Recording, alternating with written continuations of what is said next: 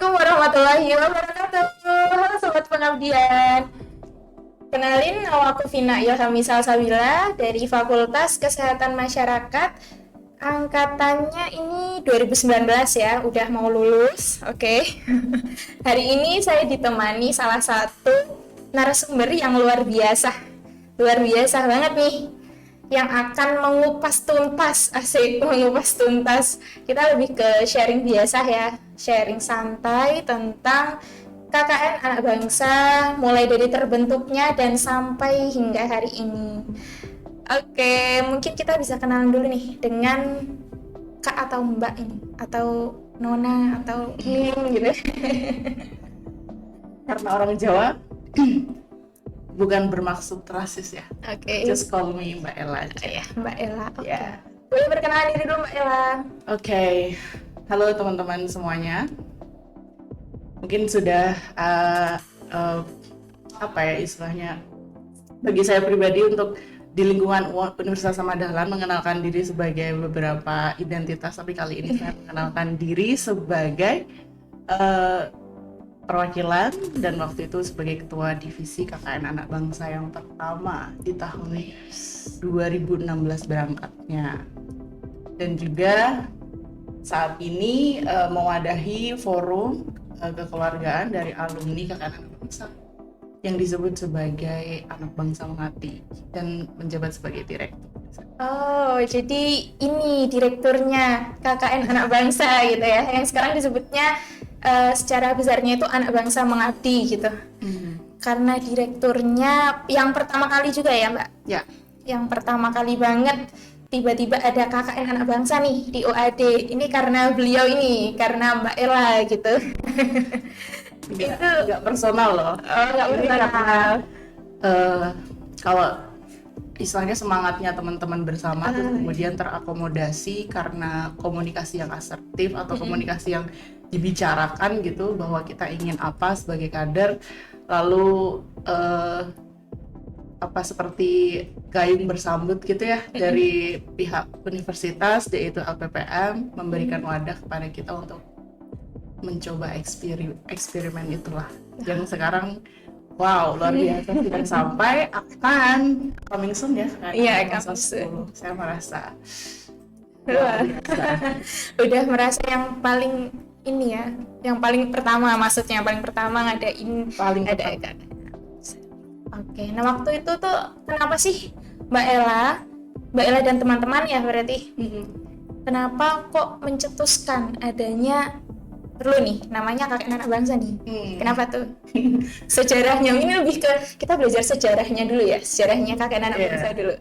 So ini tuh sebenarnya tidak heroik yang mungkin kalau teman-teman pernah terbayang ya, karena ini adalah orang pencetus pertama tuh seheroik apa sih prosesnya, but ini tuh tentang yang namanya proses, ada kesempatan dan penawaran, terus kita membicarakan kesempatan, lalu kita percaya bahwa hal itu bisa kita lakukan, lalulah dimulai.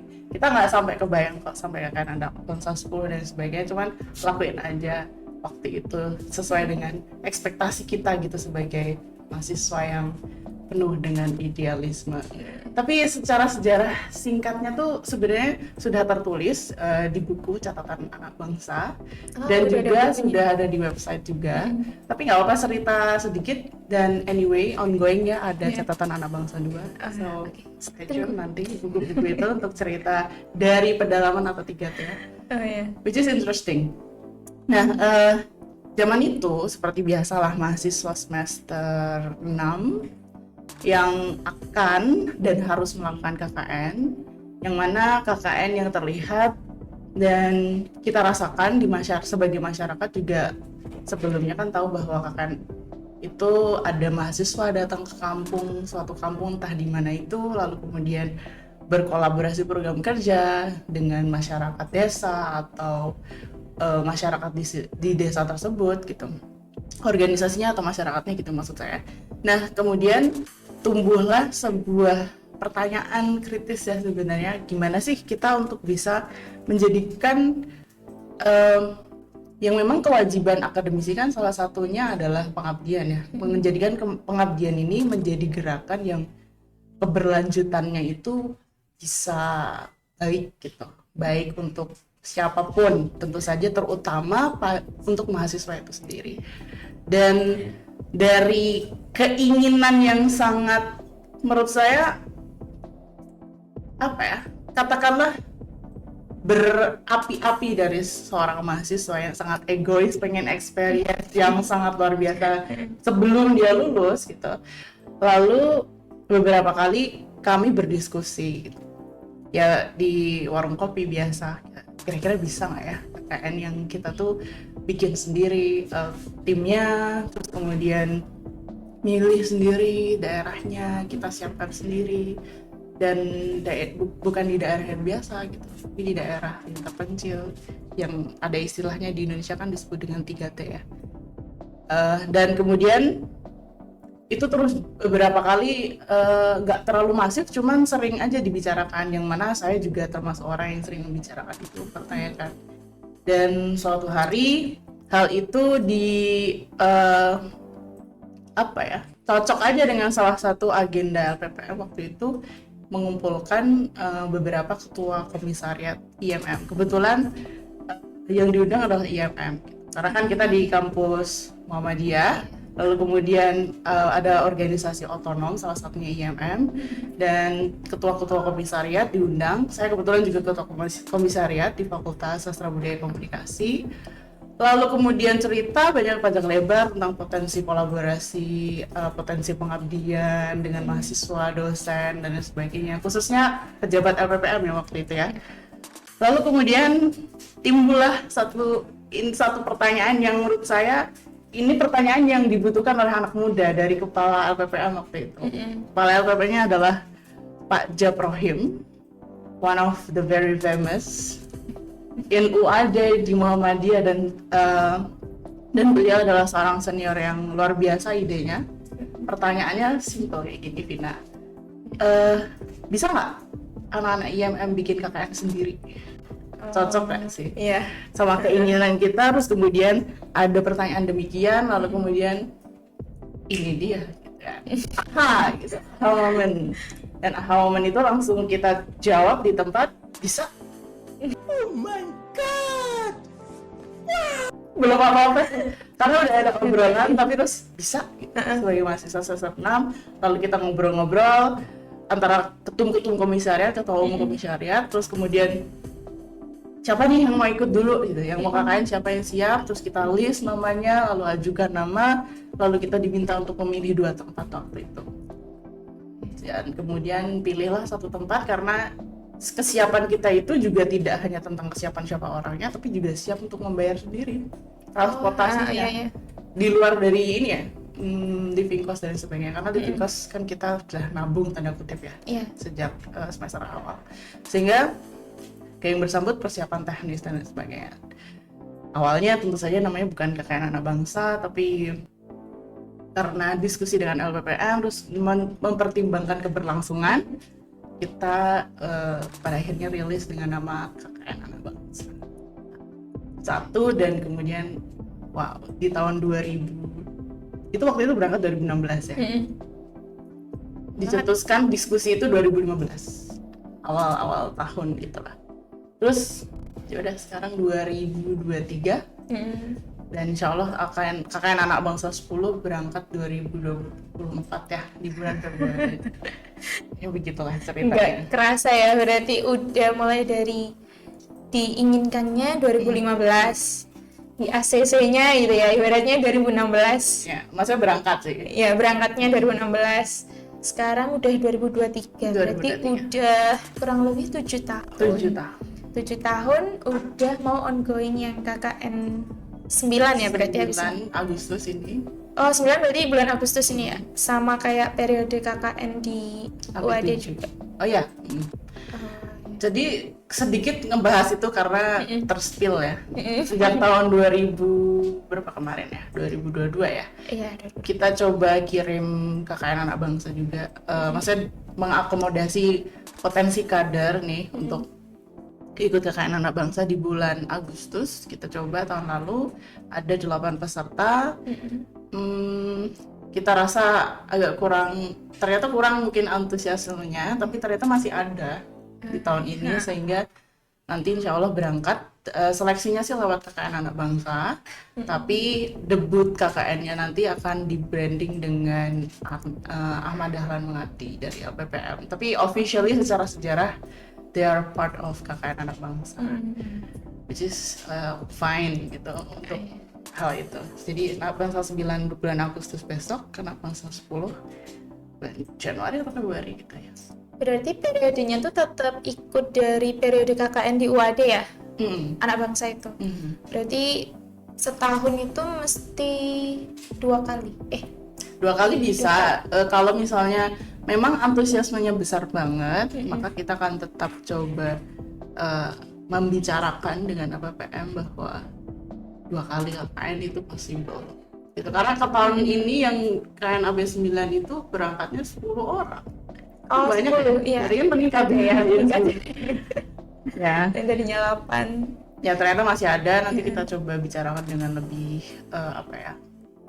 efisien dengan mahasiswa juga, dengan PPM juga. Berarti kalau KKN Anak Bangsa ya, itu emang identiknya di luar Jawa atau memang dikhususkannya itu di 3T aja apa gimana Mbak?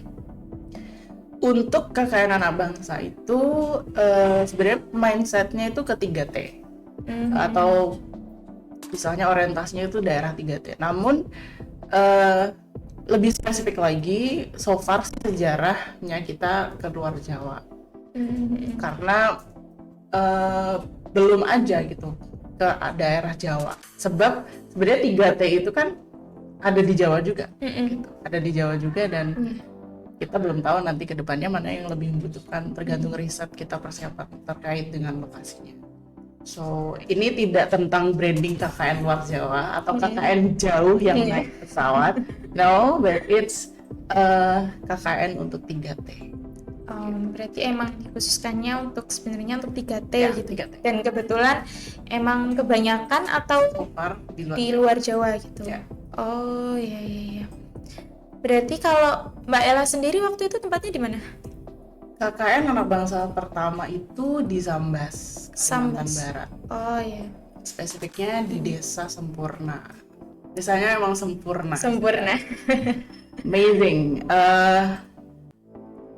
Di Desa Sempurna itu 2 kali KKN, KKN AB 1 dan 2, AB 3 juga di Sambas, tapi beda desa.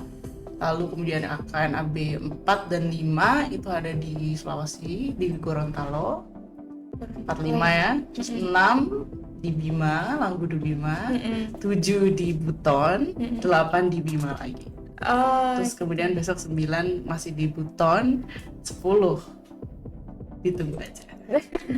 Berarti 10 ini masih rahasia nih. Masih dalam proses riset lah, pemantapannya. Berarti kalau dulu itu juga risetnya itu secara langsung tuh datang ke sana atau cuman ya udah by data aja lewat internet gitu atau gimana sih? Ya lewat internet sih. Karena yang survei ada bahan-bahan survei yang diberikan LPPM karena LPPM pernah berkunjung secara lapangan. Lalu kita persiapan teknis dengan apalagi koordinasi dengan masyarakat setempat atau pejabat setempat itu lewat jarak jauh gitu. Dan mahasiswa itu sendiri yang memastikan. Kami itu kalau persiapan ingat dulu persiapannya itu baru fix lokasi desanya di mana itu hamin 40 hari sebelum berangkat. Min 40 hari. Ya, baru beli tiket hamin 30. Sangat ini ya. Itu sangat sudden ya. Kayak mepet banget nggak sama kayak persiapannya yang udah dari lama gitu. Persiapan dari lama tuh lebih kepada secara gambaran besar ya, karena memang kami menyesuaikan adaptasinya tuh karena kita belum tahu tempat yang detailnya seperti apa, tapi dengan informasi yang terbatas itu kita gunakan saja untuk mempersiapkan seoptimal mungkin, seperti program kerja gimana caranya program kerja yang adaptif di lokasi, lalu kemudian orang-orang yang kita ajak kolaborasi dalam sponsorship kita juga yang adaptif, yang bisa untuk kondisi apapun. lalu kemudian mindset si mahasiswanya itu sendiri juga yang memang kita persiapan yang lain seperti persiapan finansial gitu kan, itu kan bisa dari jauh-jauh hari, jadi dana usaha dan sebagainya gitu. Kami dulu juga kayak gitu, jual buku dan amazing sih, zaman dulu jual buku. Jual buku. Sekarang jual apa gitu. Tapi ya ada experience kayak gitu, lalu kemudian Hamin 1 bulan itu baru fix, lalu kita kayak cor-coran memastikan untuk siapa yang akan dikontak, kita tinggalnya di mana, lalu seperti apa konsepnya, apa aja yang dibutuhkan, dan dengan waktu yang cukup itu ya, cukup kok untuk memastikan kita saat transit, karena dari Jogja Pontianak aman ya. Pontianak ke Sambas ini kita sebelum ke daerah lokasinya itu kita harus stay 1 malam dulu, dan alhamdulillahnya dengan persiapan yang cukup sih bagi pemerintah daerah tersebut untuk menyiapkan mes untuk kita tinggal semalam, lalu kemudian dijemput oleh warga desa pakai mobil warga, pakai sejenis mobil bak terbuka itu yang cowok-cowok. Jadi mereka, karena itu pas panas banget, sampai lokasi itu berdebu. Yang cowok-cowok ya, tetap seling. Tetap slay. Oke. Jadi sehektik itu ya. Waktu kakak anak bangsa yang pertama ya. Dulu itu kalau kakak anak bangsa pertama tuh berapa orang sih? Yang ya termasuk yang menginisiasi gitu, berapa orang sih sebenarnya? Awalnya kami bersembilan aja. Bersembilan. 9 doang. Lalu kemudian ada semacam suara-suara dari teman-teman yang lain bahwa kami juga pengen ikut berkontribusi di kalangan anak bangsa. Terus coba kita komunikasikan bahwa kamu harus menyiapkan transport sendiri dan lain sebagainya gitu. Tetap kami mau ikut gitu. Oke, apalagi syaratnya? Oke, karena minimal 1 unit itu 7 orang, setidaknya kumpulkan 7 orang. Tapi ternyata dapat 9 orang tambahan lagi, so 18 kami berangkat. Oh, jadi 9 orang ketambahan lagi 9 orang lagi. 18. Oh, gitu. Jadi 18 ya. Motivasinya lucu-lucu lah. Apa tuh? Kalau boleh tahu nih, Yang idealisme apa gini ya. Ada yang motivasinya aku belum pernah naik pesawat nih. Terus jadinya mau kakak bangsa karena naik pesawat. Ada juga motivasinya yang pokoknya pengen sama teman-teman yang aku kenal. Iya. Karena kan milih sendiri ya. Ini ngerasain yang bisa dibilang masih satu-satunya yang masih pengorganisan dari personilnya itu adalah si mahasiswa itu sendiri. Jadi maksudnya dulu ya, kalau idealnya kami kan milih sendiri untuk kami sendiri, tapi selebihnya untuk memastikan itu terjadi, maka kami AB1 meng-hire AB2, rekrutmen AB2, dan circle-nya pun circle teman-teman organisasi Ortom Wade yang kuliah di Wade, dan begitu pun seterusnya seperti yang Vina rasakan di AB8 ya? Aku AB8. AB8 yang baru saja mendarat gitu. Jadi emang motivasinya macem-macem. Sama lucu-lucu kan? Apalagi yang pertama gitu, pasti kayak wah, ini harus berkesan banget ini gitu. Harus bisa jadi motivasi ke adik-adikku nanti gitu. Adik-adiknya, keluarganya mungkin. Yeah. Seperti halnya movement ya, atau sebuah inovasi gitu. Saya sempat dengar beberapa kali dari teman-teman kader yang kuliah di UAD khususnya, bahwa ternyata rindu loh rasa adanya inovasi-inovasi dari kader itu sendiri. Tapi kan unsurnya ada 2 gitu. Jadi semangat dari si kadernya sendiri, lalu bagaimana komunikasi dengan pejabat yang terkait gitu. Kalau di UAD ya bagaimana dengan lembaga terkait gitu kan. Lalu kemudian bagaimana ditangkapnya jadi si lembaga itu. Jadi unsurnya ada 2 orang, dari 2 pihak ini yang sama-sama harus memahami bahwa kita di kampus Muhammadiyah ini untuk melahirkan kader-kader yang inovatif, adaptif, mampu bersaing baik secara lokal dan global, lalu perlu sekali dan urgent sekali untuk memberikan exposure atau kesempatan kepada si kadernya sendiri untuk mengenerate atau menginisiasi sebuah ide yang kemudian dibantu untuk menajamkan, lalu persiapan dan lain sebagainya. So saya rasa di UAD saya merasa dulu saat jadi mahasiswa ya, ketika KKN Anak Bangsa seperti ini, dengan posisi waktu itu Pak Jabrohim yang sangat sportif, dengan ngerti lah istilahnya mahasiswa tuh sukanya berpetualang ya. Nah itu terus kemudian diberi pertanyaan yang kemudian pertanyaannya datang ke orang yang tepat gitu ya. Pas Jadi ditanggepin dengan serius gitu ya. Terus dipersiapkan dengan nyata dan kemudian terjadilah Anak Bangsa. KKN Anak Bangsa. Dan lebih baik harus lebih banyak karya dari para kader ini. Kan semua mahasiswa Muhammadiyah adalah kader Muhammadiyah, kader persyarikatan, sehingga ya beranilah komunikasikan ide yang sifatnya tidak hanya berhenti di kamu ya, kalau bisa ya sustainable, dikelola dan di manage gimana caranya untuk bisa dilanjutkan sama orang lain gitu. Ya kan? Sekarang ngurus KKN Anak Bangsa itu sudah effortless ya. Iya, effort banget. Saya melihat dan memandang ketemu langsung dengan mahasiswanya itu kayak wow, Masya Allah, alhamdulillah. Andai dulu sebuah pertanyaan itu kita abaikan. Ya, mungkin nggak akan sebegini. Iya, kita nggak akan kenal Vina. Nggak akan ada podcast ini.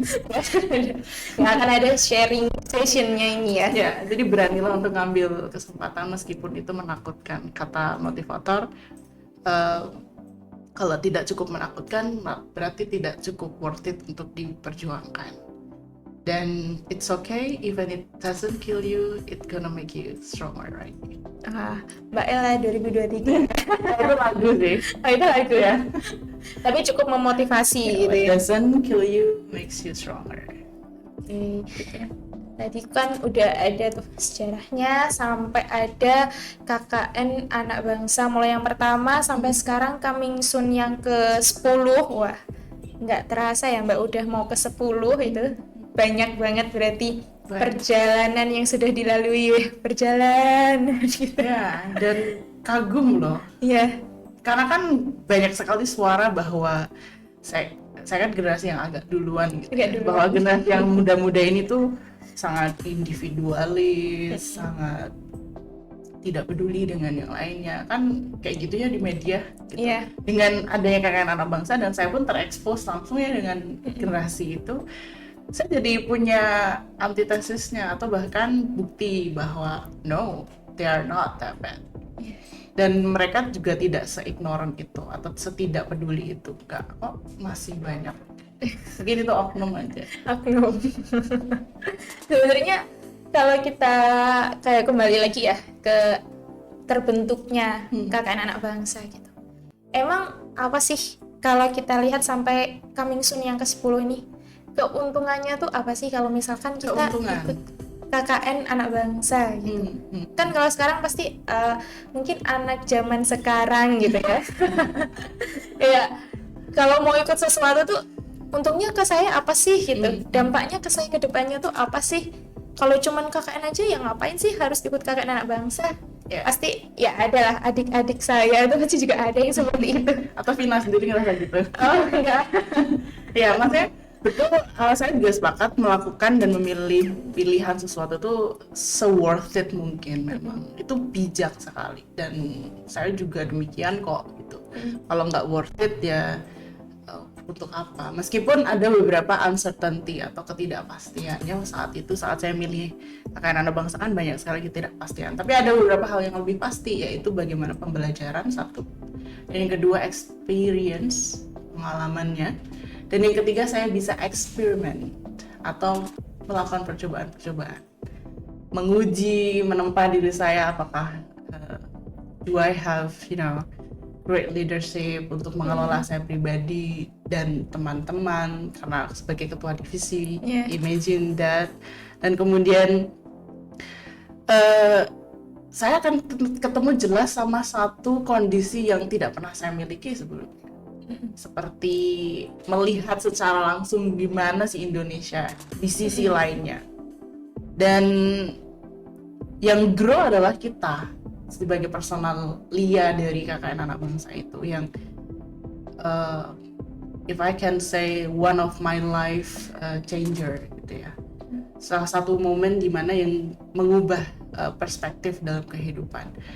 Mungkin agak abstrak, tapi intinya setelah kita tahu kondisi Indonesia yang lain demikian, dan one day kan kita akan menjadi seorang profesional ya.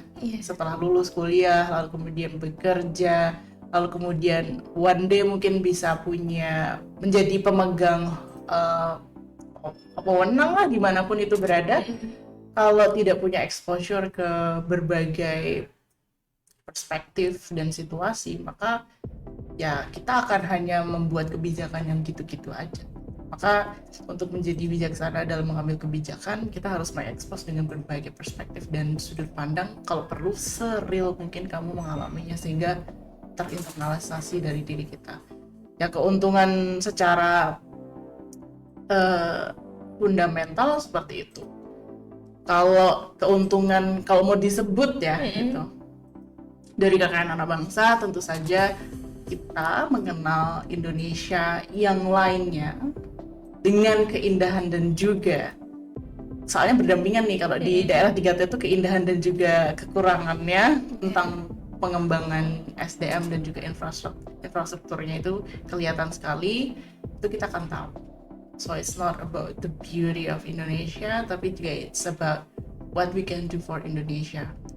Kita akan tahu detailnya. Sebagai seorang lulusan sastra Inggris, saya maka akan mengimplementasikan knowledge itu secara langsung atau bahkan sadar tidak sadar ya, dalam berbagai dimensi profesional saat saya bekerja sekarang.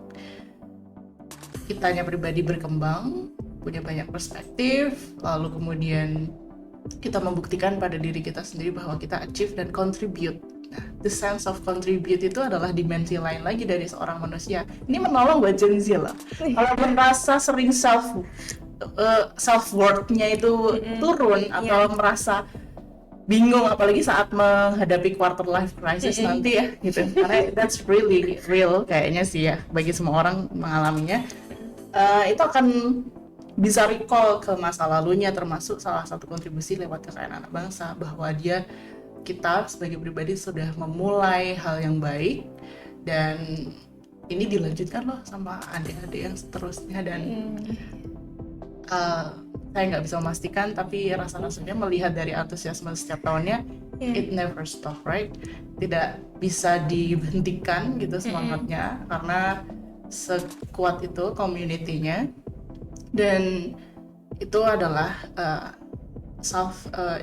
investation untuk diri kita sendiri yang sangat worth it untuk dilakukan. Itu baru kita ya keuntungannya.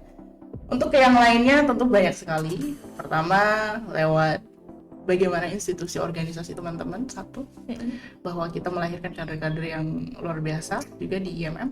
Lalu yang kedua, di UAD sendiri, bahwa memang UAD juga ternyata banyak sekali loh exposure yang diterima oleh UAD terkait dengan anak bangsa ini. Salah satunya adalah yang paling hype itu exposure dari kampus lain yang tertarik untuk berkolaborasi dengan UAD lewat KKN Anak Bangsa. Ya, dengan segala plus and minusnya, tapi itu menjadi sebuah tanda bahwa KKN Anak Bangsa sudah bisa mengundang ketertarikan dari pihak lain terhadap Universitas Ahmad Dahlan sendiri. Itu untuk UAD, bahkan pemerintahan pun juga demikian. Lalu untuk masyarakat, tentu saja kalau mengambil salah satu cerita, Vina, jadi di KKN Anak Bangsa itu kami saat dulu KKN, ada beberapa adik-adik yang ya masih kelas 6 SD gitu lah. Waktu kami KKN, terus dia demotivation gitu ya untuk sekolah gitu. Kan sulit gitu, kondisinya sulit. Tidak hanya tentang dirinya ini, udah ada fasilitas terus males sekolah, itu karena kompleks kondisinya, orang tuanya juga jauh, financial things, lalu kemudian tuh apa gitu loh, nggak ada motivasi lagi. Lalu kehadiran kami bisa memberi dia sudut pandang lain gitu loh, bahwa sekolah tuh tetap bisa kok dilakukan kayak gitu, tetap bisa. Yang penting kita bisa memastikan apa yang kita bisa pastikan dari diri kita untuk tetap termotivasi, tetap semangat untuk sekolah, karena dengan pendidikan kita bisa mengubah diri kita, perspektif, kelayakan hidup dan lain sebagainya. Dan sampai sekarang pada kuliah loh, bayangkan dia motivation untuk sekolah, untuk SMP aja, terus sekarang udah pada kuliah. Gak semua sih, cuman beberapa. Dan itu story yang wow, memang sebegitu kuatnya perspektif ya. Kalau kita share ke orang lain, ya kind of notice kamu akan engage dengan orang-orang di daerah yang barangkali kata-katamu atau hanya kehadiranmu saja deh di sana membuat mereka kayak Senang. punya sosok gitu, melihat seorang Kak Vina yang ternyata perempuan bisa sekolah dengan baik, terus juga bisa menjaga diri dengan baik, terus kemudian juga bisa berinteraksi dengan baik dengan masyarakat, gitu kan. Itu self contribution. Banyak banget ya keuntungannya, kelebihannya gitu. Jangan lupa dicatat ya itu keuntungannya. Apalagi untuk nanti yang udah coming soon nih, KKN AB10, entah nanti mungkin juga ada coming soon AB11, 12 dan seterusnya ya, nggak tahu sampai kapan ini. Sampai mungkin nanti kita semua sudah amat. Ya intinya susah untuk diprediksikan gitu, itu berarti karena hype-nya itu luar biasa, dan KKN Anak Bangsa tuh masih menjadi satu-satunya KKN mandiri di Universitas Ahmad Dahlan. Oh iya. Ya, karakter KKN mandiri itu ya mahasiswa memanage sendiri. Oh iya. Terkait personalianya, program tentu saja ya, visinya juga. Dan ini KKN tematik yang visinya itu tergantung isu yang mau diangkat di daerah itu. Oh, jadi lebih ke menyesuaikan ya. Meskipun tematik, kita di sini tuh kayak mungkin udah menyiapkan nih, KKN biasanya kan ada kayak persiapan sebelum KKN tuh membuat program kerja, terus ada survei yang mungkin kita juga beda ya, kayak surveinya kalau yang di KKN reguler biasanya itu kan bisa langsung survei langsung tuh, ada jadwal surveinya, sedangkan kita kayak surveinya mungkin harus nunggu kita di sana baru kita bisa kayak survei secara langsung, dan belum tentu program yang kita buat itu bisa langsung sesuai. Meskipun kita udah cari di internet gitu ya, sekarang kan apa-apa gitu, apa-apa lewat internet, lewat mungkin lewat YouTube-nya, kita cari tahu kayak apa sih nih tempatnya mau kita datengin gitu. Tapi ternyata pas udah sampai, pas udah terjun, loh kok berbanding terbalik dengan saya pelajari di internet gitu. Mungkin itu yang jadi kayak salah satu hal yang tadinya kayak biasa aja, ngambang, jadi satu hal yang sangat menarik gitu ya. Kayak kayak gini ya, mungkin kayak culture shock dulu gitu. Pas udah nyoba itu, gini ya gitu. Ngerasa nggak kayak waktu datang KKN tuh, ternyata di Indonesia ada yang kayak gini ya? Gitu. Iya. Mikir gitu kan? Iya. Karena kan Vina kan tinggal di Jawa. Iya, pasti beda banget lah. Kayak mungkin di sana, di sini kayak gini ya, bisa melimpah ruah gini ya sumber dayanya gitu. Melimpah ruah dan belum terekspos dengan dan termanage dengan optimum ya. Pasti kayak dengan adanya kita tuh mikirnya dari masyarakatnya tuh, kenapa sih kalian nggak tinggal lebih lama, kalau bisa kalian menetap di sini aja untuk ngembangin ini nih, ngembangin dusun kita nih, desa kita nih, karena kita juga butuh kalian gitu. Gimana rasanya dibilang kayak gitu? Itu kayak rasanya menyentuh ya gitu. Merasa hidupnya berharga banget kan? Iya, padahal kayak mikirnya, ternyata saya seberharga itu ya di orang yang baru kita kenal gitu. Padahal pas udah kayak tahu diri kita sendiri, apa sih, saya udah biasa aja gitu biasanya.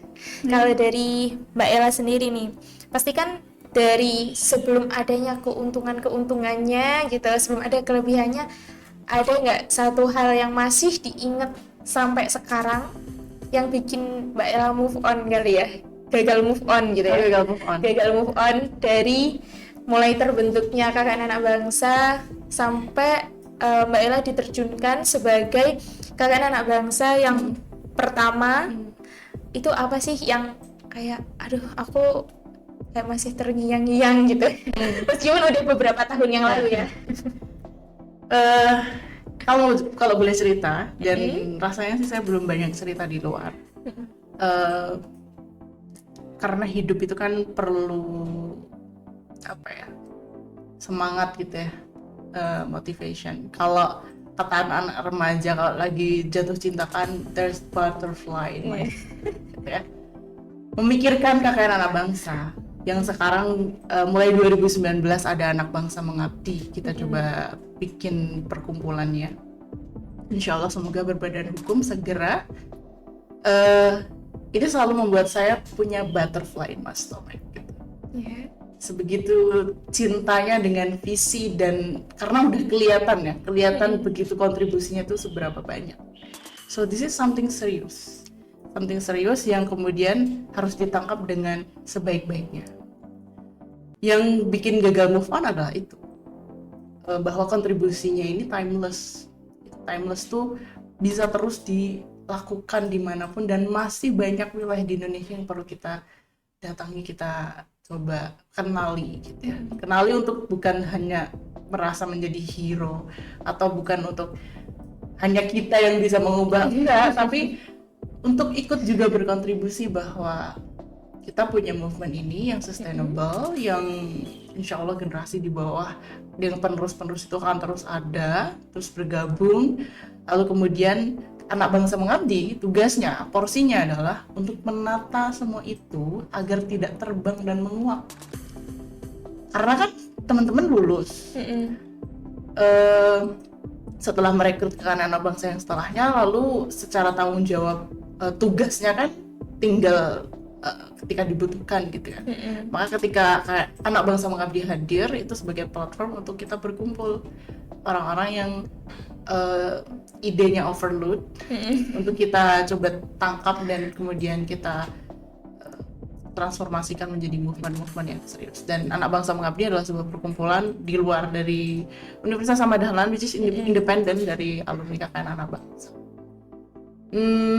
Itu visi di mana kita itu bisa membantu ya, kontribusi itu nggak muluk-muluk sih, tapi mengimplementasikan ilmu kita secara profesional itu lewat anak bangsa mengabdi dan dikelola secara profesional.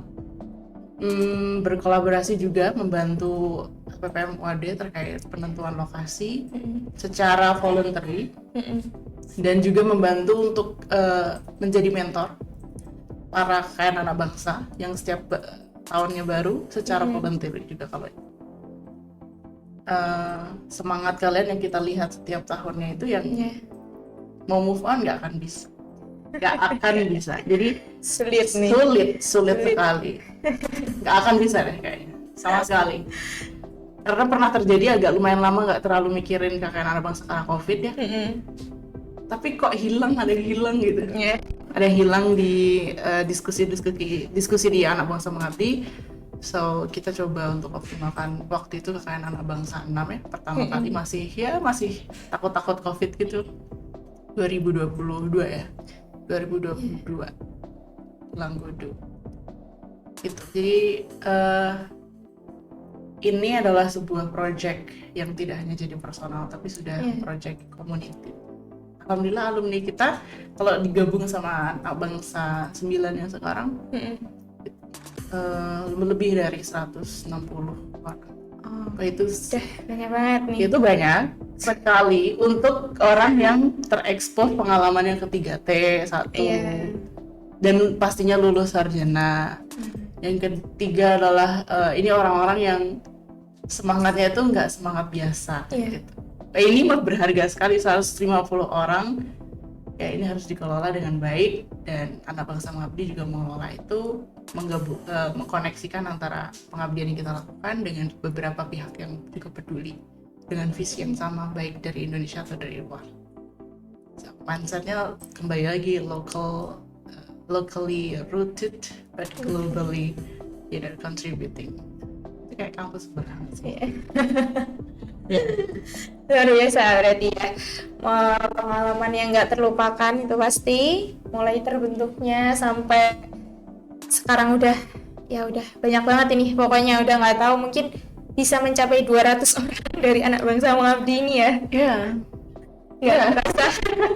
Dan otomatis loh, kalau KKN anak bangsa berarti menjadi bagian anggotanya dari anak bangsa mengabdi, otomatis. Kalau untuk jadi pengurus harus mengikuti musyawarahnya kan. Musyawarahnya Nanti insya Allah 2024 kita akan musyawarah yang kedua kalinya untuk membentuk pimpinan baru atau istilahnya menentukan visi untuk 5 tahun ke depannya juga, karena jabatannya 5 tahun. Oh, lama juga ya 5 tahun. Jabatan 5 tahun ini voluntary tapi bermindset profesional, so kita harus serius dengan manajemennya di dalamnya sih, begitu. Oke. Ya, silahkan bergabung jadi family kita. Dan ini untuk Kadar, karena visinya adalah lagi-lagi untuk bagaimana sebagai lulusan perguruan tinggi Muhammadiyah kita berkontribusi juga lewat bagaimana apa yang Muhammadiyah mulai dari berbagai unsurnya, karena kita juga kolaborasi dengan pembinaan ranting dan cabang Muhammadiyah di daerah 3T, TDM dan juga PBM ya. Itu juga sehingga para kader ini yang diperlukan untuk terbang ke sana, karena sudah tertempa dengan serius di berbagai organisasi otonomnya, baik kita perlu sebut nih, baik di IMM, IPM, Nasyatul Aisyah, Muda Muhammadiyah, HWTS, Ortomnya ini aja, Ortom IMM yang sudah melalui perkaderan pertamanya. Boleh sekali kalau kuliah di UAD, boleh sekali ikut KKN Anak Bangsa. Oke. Gitu. Nggak terasa ya, kita ngobrol udah hampir 1 jam nih kayaknya. Nggak kerasa banget. Banyak banget hal-hal baru yang mungkin baru teman-teman dengar, dan juga hal-hal yang mungkin sebelumnya nggak terpikirkan gitu. Terpikirkan, oh ternyata KKN Anak Bangsa itu seseru itu gitu. Seseru itu, entah itu dari persiapannya sampai udah selesai, sampai udah didaratkan lagi di UAD gitu. Banyak banget hal yang bisa dipelajarin, hal yang memberikan kebermanfaatan ke tempat kita KKN dan juga ke diri kita sendiri sih ya, khususnya ke diri kita sendiri. Dan pastinya jangan sampai terlewatkan ikut KKN Anak Bangsa, karena ini udah coming soon yang ke 10 ya, KKN Anak Bangsa yang ke 10. Jangan lupa bergabung. Terima kasih banyak ya Mbak Ella waktunya gitu, udah menyempatkan untuk berbagi, untuk sharing nih di sini, biar didengerin juga sama teman-teman kader-kader yang lain yang mungkin dari awal masuk UAD mungkin udah kayak, saya ingin ikutnya KKN Anak Bangsa gitu.